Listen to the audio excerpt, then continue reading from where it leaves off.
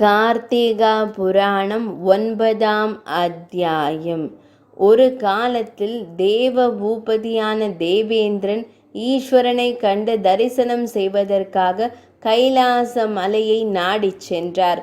அப்படி செல்கையில் கைலாச மலையின் எல்லையானது எவ்வளவு தூரம் இருப்பதென்பதை அறியாது நடந்து நடந்து ஓய்ந்து எல்லையை காணாமல் பிரமித்து மன சஞ்சலம் உடையவராய் ஆலோசித்து மகேஸ்வரனை மனதில் திருஷ்டமாக நினைத்து கொண்டிருக்கையில் திடீரென்று அங்கு ஓர் ஜோதியானது தோன்றி மறையவே அங்கு காவலாக இருக்கும் கோர தந்தங்களுடன் சிவந்த கண்களுடனும் விகாரமான உருவங்களுடனும் கூடின சிவகணங்களை காணவும் மிக்க மகிழ்ச்சி அடைந்து அவர்களை நோக்கி, சிவகணங்களே, நான் பரமசிவனாரை தரிசிப்பதற்காக வந்திருக்கிறேன், எனக்கு வழிவிட வேண்டும் என்று கேட்க அந்த சிவகணங்கள் யாதொரு பதிலும் கூறாமல் வழிவிடாதும் பேசாமல் இருக்க வெகுநேரம் வரை காத்திருந்தும் சரியான பதில் கிடைக்காததால் மிகுந்த கோபமடைந்து கண்களில் தீப்பொறி பறக்க தனது வஜ்ராயுதத்தை கரத்தில் ஏந்தி அந்த சிவகணங்களின் சிரசை தாக்கினார்.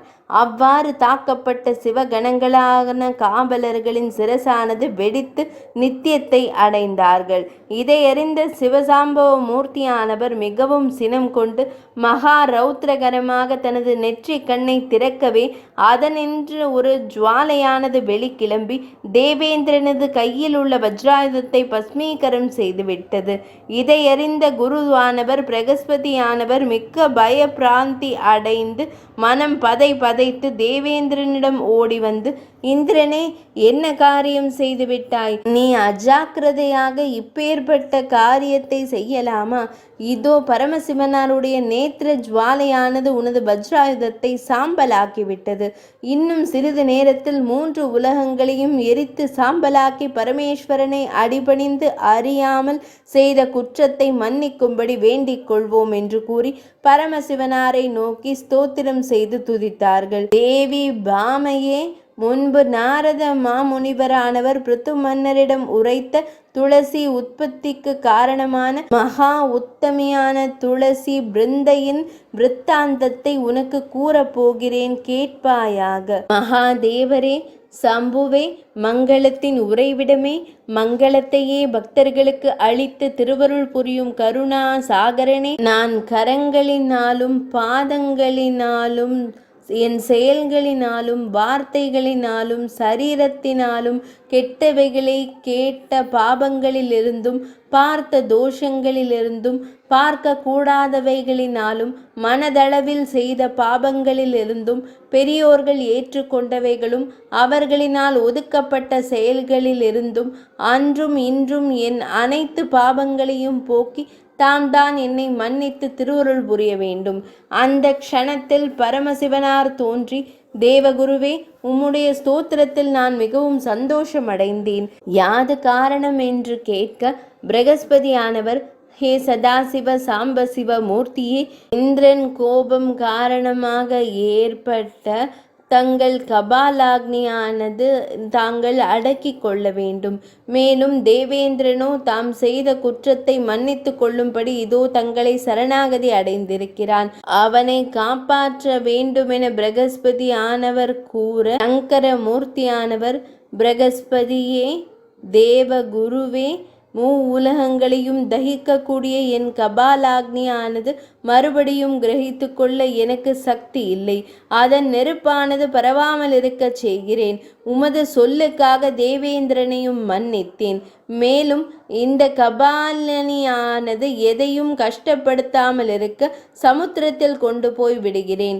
இனிமேல் இந்த தேவேந்திரனானவன் முன்பின் யோசிக்காது எக்காரியத்தையும் அவசரப்பட்டு செய்யலாகாது என்று தேவேந்திரனுக்கும் புத்திமதி கூறி பிரகஸ்பதிக்கும் தேவேந்திரனுக்கும் விடை கொடுத்து அனுப்பிவிட்டு ருத்ரமூர்த்தியானவர் கபால அக்னியை கையில் ஏந்தி கங்கா சங்கமம் ஆகின்ற சமுத்திரத்தில் கொண்டு போய் விட்டு அந்தர்தானமானார். சமுத்திரத்தில் கொண்டு விடப்பட்ட அக்னியானது தட்சணம் குழந்தை வடிவமாகி ரோதனம் செய்தது, அதாவது அழுதது. இக்குழந்தையின் அழுகை குரலானது அண்டரண்ட புவன சராசரங்களும் நடுங்கும்படியான இரைச்சலுடனும் அதிர்ச்சியுடனும் கூடியதாக இருந்தது. இதை கேட்ட தேவலோகவாசிகளும் பூலோகவாசிகளும் இதனால் நமக்கு என்ன அனர்த்தம் விளையுமோ என்று மிகவும் பயந்து போயிருந்தார்கள். இப்படி இருக்க கடலரசனும் வருண பகவானும் அக்குரலை கேட்டு ஓடி வந்து அக்குழந்தையை கையில் ஏந்தி கொண்டிருக்கும் போது நான்முகன் பிரம்மதேவரும் அங்கு வந்து செய்தி அறிந்து குழந்தையை பார்த்து சந்தோஷிக்க வருண பகவான் பிரம்மதேவரிடம் தண்டனிட்டு, ஹே பரமபிதாவே, இக்குழந்தை மிகுந்த தேஜஸோடு கூடியவனாயிருக்கிறான். மேலும் கங்கை சங்கமமாகிற இடத்திலேயே பிறந்திருக்கிறான். ஆகையால் இக்குழந்தையை நான் என் புத்திரனை போல் பாவித்தேன். ஆகையால் இக்குழந்தைக்கு செய்ய வேண்டிய ஜாத கர்ம நாம கரணம் முதலானவைகளை விதிபூர்வமாக செய்து வைக்க வேண்டும் என்று கேட்டுக்கொள்ள பிரம்மதேவரும் அதற்கு இசைந்து அந்த சிசுவை கையிலேந்தி தன் மடிமேல் வைத்து கொள்ள அக்குழந்தையானது அடிக்கடி பிறண்டு பிறண்டு விழுந்து பிரம்மனின் பிரம்ம சம்பந்தமான கூர்ச்சத்தை கிரகித்து கொண்டது. அப்பேற்பட்ட வேத ரசமான கூர்ச்சத்தை கிரகித்த மாத்திரத்தில் அந்த சிசுவின் கண்களினின்று நீர் வடிந்து அந்த கூர்ச்சத்தை நனையச் செய்தது. இதையெல்லாம் பார்த்து கொண்டிருந்த வேத மூர்த்தியானவர், வருணா, பார்த்தாயா, இக்குழந்தையானது என் பிரம்ம கூர்ச்சத்தை கிரகித்து என்னை முக்த கூர்ச்சனாக்கினார். ஆகையால் இந்த சிசு என் கூர்ச்சத்தை கிரகித்ததினாலும் அந்த கூர்ச்சமானது தன் கண்ணீரால் நனையப்பட்டதாலும் இன்று முதல் இக்குழந்தைக்கு ஜலந்தரன் என நாமம் சூட்டுகிறேன். இவன் திரிபுவனங்களையும் அடக்கி ஆளும் சக்தி வாய்ந்தவனாக இருப்பான். மேலும் இவன் சகல சாஸ்திர விற்பன்னனாகவும் சிவனை தவிர மற்றவர்களுக்கும் மேலான வெற்றியை உடையவனாகவும் சமஸ்த லோகங்களிலும் இவனது பெயரும் புகழும் பெற்று விளங்குவான். ஆனால் இவன் யாரால் படைக்கப்பட்டானோ அவராலேயே இவனுக்கு மரணம் ஏற்படும் என்று உரைத்து பிரம்மதேவரானவர் தன் இருப்பிடம் அடைந்தார். வருணதேவரும் அக்குழந்தையை கொண்டு போய் வளர்த்து வந்தார்.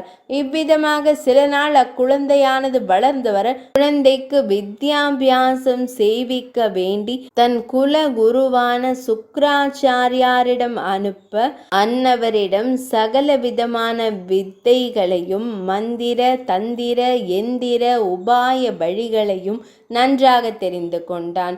ஒரு நாள் வருணனானவர் சுக்ராச்சாரியாரை அழைத்து தன் குழந்தை சந்திரனுக்கு யுவராஜ பட்டாபிஷேகம் செய்து வைக்க வேண்டும் என்று தெரிவிக்க சுக்ராச்சாரியாரும் அதற்கு இசைந்து ஓர் நல்ல தினத்தை நிச்சயித்து யுவராஜ பட்டாபிஷேகம் செய்து வைத்தார். இவ்வைபவத்தை வருண பகவான் கண்டுகளித்து மிகவும் சந்தோஷம் அடைந்தவர் ஆனார். மேலும் சுக்ராச்சாரியாரை பார்த்து, குருவே, நம் குழந்தை ஜலந்தரனுக்கு விவாகத்திற்கு தக்க பருவமும் வந்துவிட்டது. ஆகையால் கூடிய சீக்கிரம் நற்குலத்தில் உதித்த ஓர் ராஜகுமாரியை பார்த்து வதுவை நிச்சயம் செய்து வைக்க வேண்டும் என்று தோன்றுகிறது. தங்கள் அபிப்பிராயம் எப்படியோ என்று கேட்க அதற்கு சுக்ராச்சாரியார், வருணா, யோசிக்காதே. நாம் நினைத்தால் நடக்காதது உண்டோ? ஆனால் நாம் எங்கும் பெண்ணை தேடி போக வேண்டியதில்லை. ரூபத்தில் இந்திராணிக்கு சமமானதாய் உள்ள பெண் இதோ இங்கு வீற்றிருக்கும் நம் காலநேமியின் மகள் பிருந்தேயே. அவள் அழகிலும் லட்சணத்திலும் மேன்மை வாய்ந்தவள். ஆகையால் நாம் உடனே காலநேமியின் சம்மதத்தை தெரிந்து முகூர்த்தம் நிச்சயித்து விடலாம் என்று காலநேமியிடம் இது விஷயம் தெரிவிக்க அதற்கு அவர் அதிக சந்தோஷம் அடைந்தவராய் சுக்ராச்சாரியாரை பார்த்து, சுவாமி, தாங்கள் பார்த்து என் மகளை கேட்கும் விஷயத்தில் யாதொரு ஆட்சேபனையும் கிடையாது என்று கூறி வாக்கு தத்தம் கொடுக்க வருணனும் சந்தோஷமடைந்து முகூர்த்த நாளை மனதில் சந்தோஷத்துடன் நிச்சயித்தார்கள். முகூர்த்த நாள் நெருங்கியதும் வருணனுடைய சபா மண்டபத்தை அலங்கரிக்க சிற்பிகளை வரவழைத்து விசித்திரமான பந்தல்களை போட்டும் சபா மண்டபம் ஒரே ஜோதி மயமாக விளங்கும்படியும் அலங்கரித்து முடித்தனர். மறுநாள் சகல தேச அரசர்களுக்கும் தேவர்களுக்கும் மன ஓலையை அனுப்ப அவ்வாறே சகல தேச மன்னர்களும் தேவர்களும் வந்து சேர வருணனானவன் சுக்கிராச்சாரியாரை புரோகிதராக நியமித்து பிரம்மதேவர் முதலான தேவர்கள் சூழ ஜலந்தரனுக்கும் பிருந்தைக்கும் அதிவிமர்சையாக திருக்கல்யாண மகோத்சவம் நடைபெற்றது. மங்கள வாத்தியமும் ஒலித்தன. சகல தேவர்களும் அரசர்களும் வதுவரர்களை புஷ்பமாரி பொழிந்து ஆசீர்வதித்தார்கள். பிறகு எல்லோரும் சந்தனம் புஷ்பம் தாம்பூலம் கொடுத்தனர். அவைகளை பெற்றுக்கொண்டு தேவர்களும் மன்னர்களும் விடை பெற்று கொண்டு தத்தம் இருப்பிடத்தை அடைந்தனர். பிறகு ஜலந்தரன் என்னும் இளவரசன் தன் குருவாகிய சுக்கிராச்சாரியாரை துணையாக வைத்துக்கொண்டு தன் ராஜ்யத்தை யாதொரு குறைவின்றி நடத்தி வருகிறான் என்று கிருஷ்ண பரமாத்மா தேவி சத்யபாமையிடம் உரைத்தருளினார். 9ஆம் அத்தியாயம் நிறைவடைந்தது.